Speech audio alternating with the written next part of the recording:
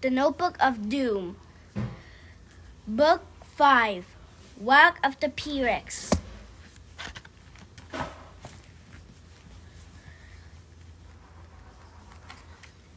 Chapter 1. Bedbug. Alexander watched the six-legged creature creep out of its tunnel. It wiggled its antenna. Then it lifted a big white crystal above its shiny black shell. Alexander learned it. There were 100 more of these things crawling around. "Hey kiddo," said Alexander's dad. "Is that an ant farm?" "Yeah," said Alexander. "We've been studying ants all week for science class. Our farms are due tomorrow." Look at them go," said Alexander's dad. "All those legs and antennae. And those sharp jaws. They give me the wills." Alexander smiled. "They're just ants, Dad." "I know, Al," his dad said, "but they're also creepy."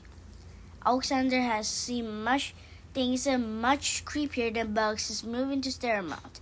He has seen monsters, slimy, drooping, chompy, monster, two badass monsters. The town was full of them. "Creepy or not, your ant farm is awesome," his dad said. "I'm super proud of you, Al." Alexander smiled. "Thanks, Dad." He gave his dad a good night squeeze and climbed into bed. "Sleep tight," said Alexander's dad. He pointed to an ant farm. "And don't let the bed bugs bite." Alexander waited for his dad to close the door. Then he reached under his pillow and pulled out the old notebook. He had found the notebook on his first day in Starmount and had been studying it ever since. It was filled with drawings and notes about monsters. Alexander started to open the notebook, but then he froze. He could hear the faint squish, squish of the ants digging around, or at least he thought he could. Well, he thought maybe ants are a little creepy. He buried his head under his pillow. Chapter 2. Falling into Steps. While walking like a zombie, Alexander knew that the gruff sound without looking up. "Good morning, Riff," he said. "I'm trying to keep our ant farm from shaking. I don't want to mess up the tunnels." "Yeesh," said Riff. "It's a box of bugs. Who cares?" He gave his ant farm a toss in the air. Alexander kept his eyes on the ants. "Oh, great," said Riff. "Here comes another zombie, and this one's wearing a hoodie." Nikki shuffled into view, holding her ant farm at arm's length. "Go kiss a balloon, Rip," she said. Alexander laughed. Rip and Nikki were his two best friends, and this was about as good as the two of them ever got along. Together, the three friends were only members of the Super Secret Monster Patrol. The SSMP, they went to school by the day and battled monsters by night and morning, and late afternoon weekends too. "You guys can take baby steps to school if you want," said Rick, "but I'm not going to creep around like a sleepwalking zombie because of some weenie ants." That's it. "Ooh, candy!" Alexander peeked over his ant farm. Pieces of candy lay scattered over the sidewalk. Rick was on his knees, scooping as much as candy he could. "Don't eat this, Alexander. You don't know where—" "Too late," said Rick. He popped the lemon sucker into his mouth. "Wow, super sour."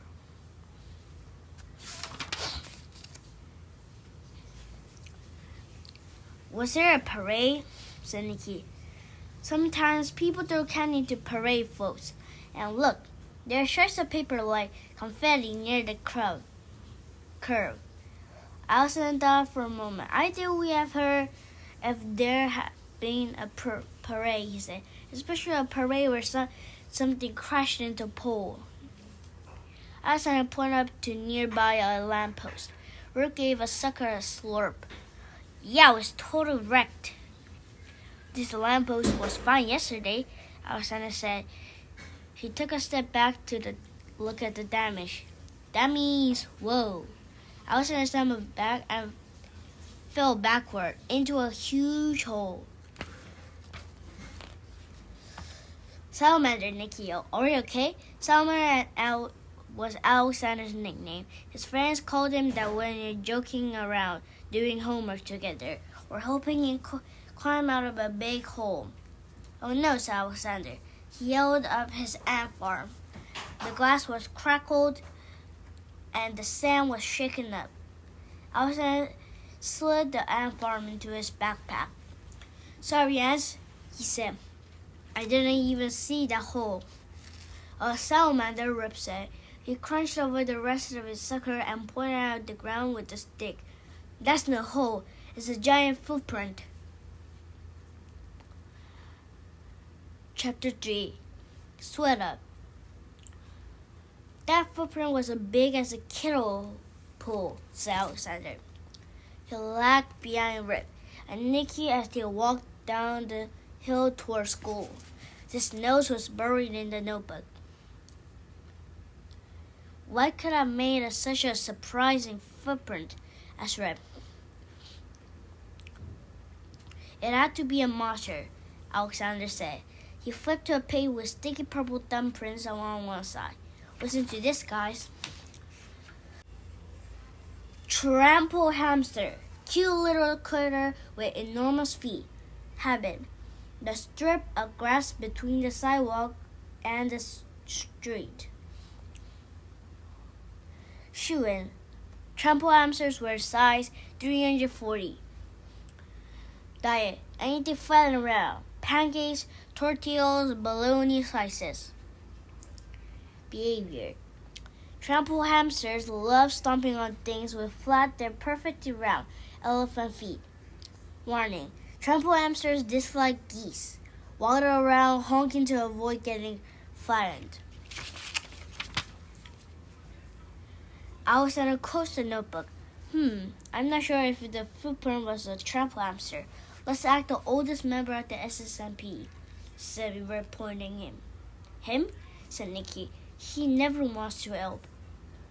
They watched a shaky white-haired man push a tall, shaky white-haired broom in front of their skull. Hi, Mr. Horsley, said Alexander. Mr. Horsley was the school secretary. He was and also the bus driver, the nurse, and the gym coach. And today a janitor. Oh, hi, said Mr. Horsley. Ugh, kids can be so messy. Sometimes spill the candy on the sidewalk. Candy, said Alexander. He and Nicky gave each other a look. Don't mind if I do, said Red. He jumped in front of Mr. Horsley's broom to snatch a piece of bubble gum. So, Mr. Horsley, said Alexander, we stumbled across a huge footprint on the way to the school. Do you think there could be a trample hamster in town? Well, trample hamsters do have big feet, said Mr. Horsley. They make round footprints, and hey, we had a deal. You run the SSMP now, my monster fighting days are over. But, said Nicky, shh, just then the school door slid open. A huge bugged-eye ant monster peeked out of the doors. It had a hard shell, a long antenna, and a mean-looking mouth. Eep, said Mr. Horsey, dove in a trash can. The monster's head turned slowed. If they're looking for you three, it said.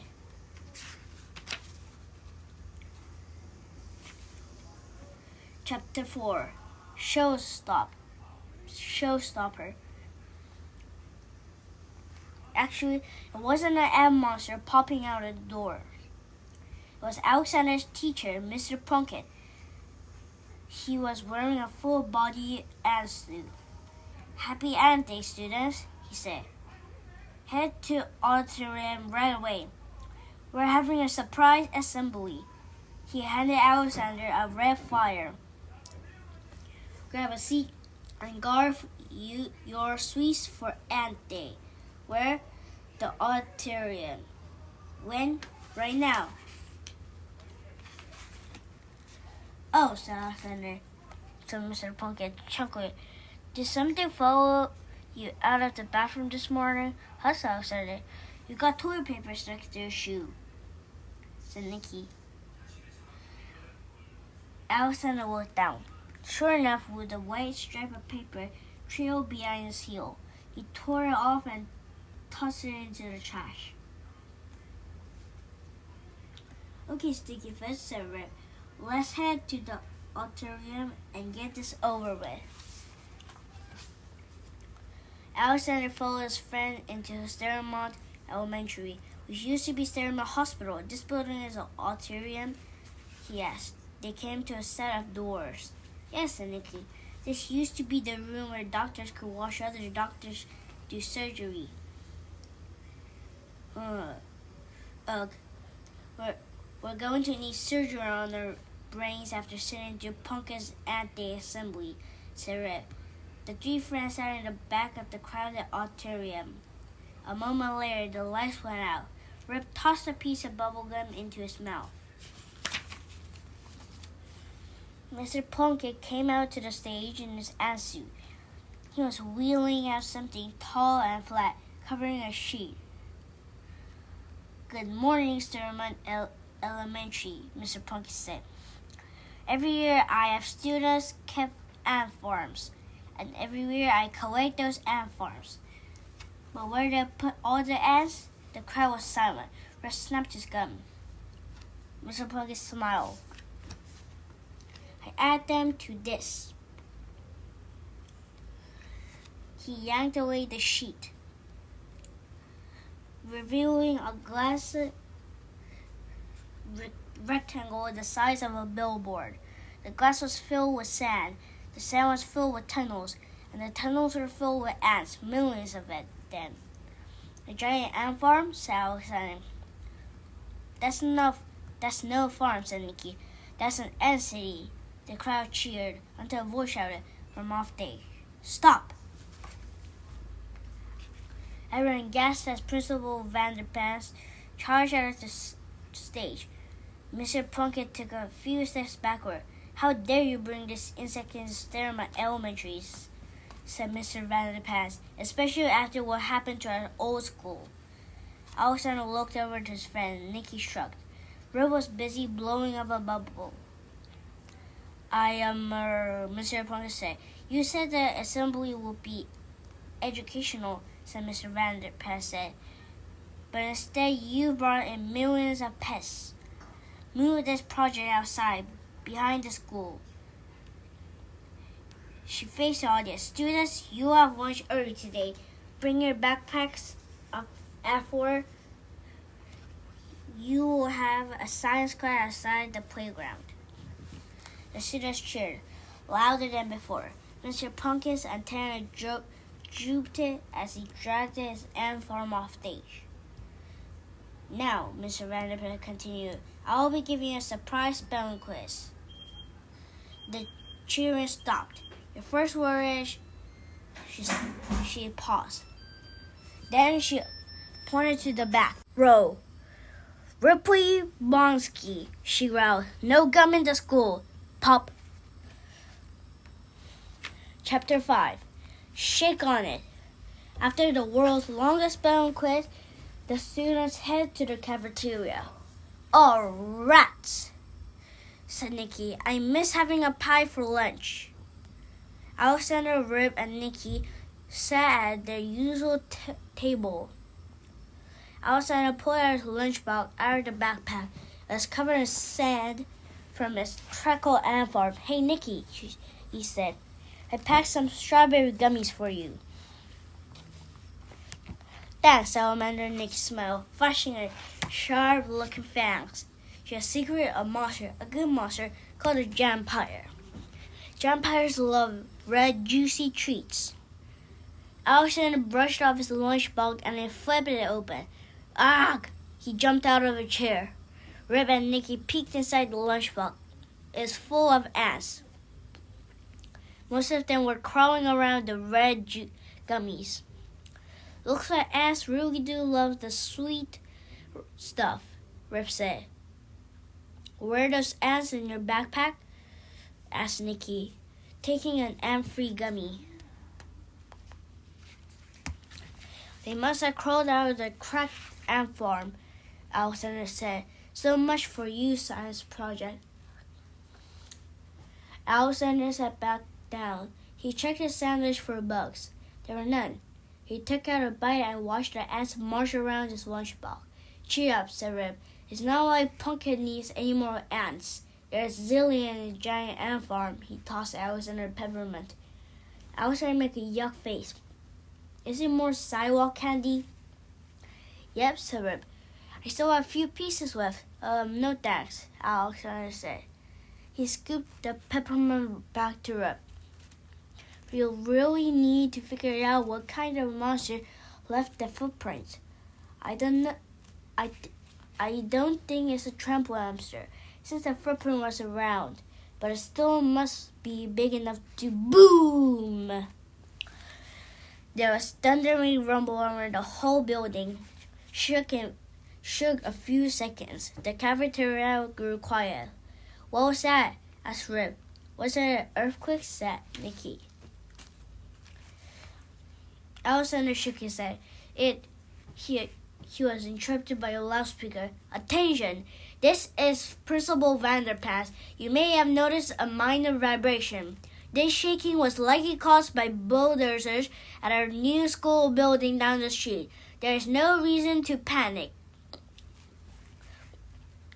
Alexander watched the ants scurry down the tableway of the site. I think those guys have the right idea, he said. Chapter 6. Crackled up. Class outside is going to be awesome, said Rip. Alexander slid a sandy lunchbox into his backpack. As long as we don't get squashed by the huge footprint leaving the monsters, he said. Alexander, Rip, and Nicky followed their classmates to the playground. Rip stopped walking and started laughing. What? Said Alexander. Second time today, he said to Rip. Rip pointed to Alexander's left foot. Alexander looked down. A pink square of paper clung to his shoe. He rolled his eyes and tore it off. Line it up, everyone, said Mr. Pumpkin, shouting. He had set his ants sitting near the jungle gym. Have your ant farms out. It's time to move your ants into a new home. Alexander watched and the other students gave Pumpkin their farms filled with ants. Finally, it was his turn. Let's see what you got, Mr. Pumpkin said. Alexander handed over a cracked ant farm. Sand piled on to the ground. A single dizzy ant ran to the frame. Sorry, said Alexander. It kind of broke. Well, said Mr. Pumpkin, one ant is better than none. He added Alexander's ant to his ant city. Welcome, Antville, little guy, he said. Then he turned to his class. Alexander's ant farm might have cracked, he said. But that wouldn't happen to Antville. Talk, talk, talk. He tapped the thick glass. A wrecking ball couldn't crack this baby. Mr. Pumpkin nodded toward the school. I wish I could say the same for this place. Alexander looked up and gasped. An enormous crack down the side of Stermont Elementary. At the bottom of the crack there were some 2 wide holes. More giant footprints, whispered Alexander. And check it out, Rip, pointing out another piece of candy. No earthquake at lunch, said Nicky. Come on, Nicky, we know it wasn't an earthquake, said Alexander. It was a huge footprint-making monster attacking our school. Chapter 7. Hole in the Wall. Alexander kept looking over his shoulder on the walk home. Keep your eyes peeled, he said. The monster could still be nearby. So what kind of monster is it? Rip asked. It must be enormous. Alexander shook some sand out of his notebook. It is a super big one, he said. He read the page aloud. Skyscraper's scraper. 50-story tall snail covered in spikes. Habit. 49-story tall buildings. Diet. Bricks, glass, and steel. Slowpoke. Scrapers always come in last place. Behavior. This monster grinds its spiky shells against its buildings. It eats whatever falls off.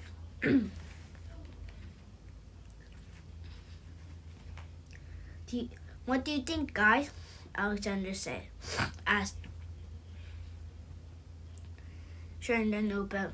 I don't know, said Rip. He popped a chocolate drop into his mouth.